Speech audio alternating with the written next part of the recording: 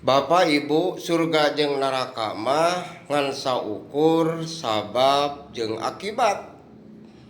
Sababna urang hade ka Allah ka Rasul Allah, akibatna urang surga bagianana.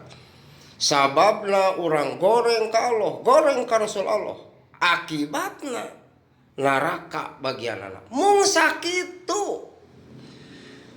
Hartosna urang teu cukup ku dihayang-hayang, teu cukup ngadoa nepi ka ceurik.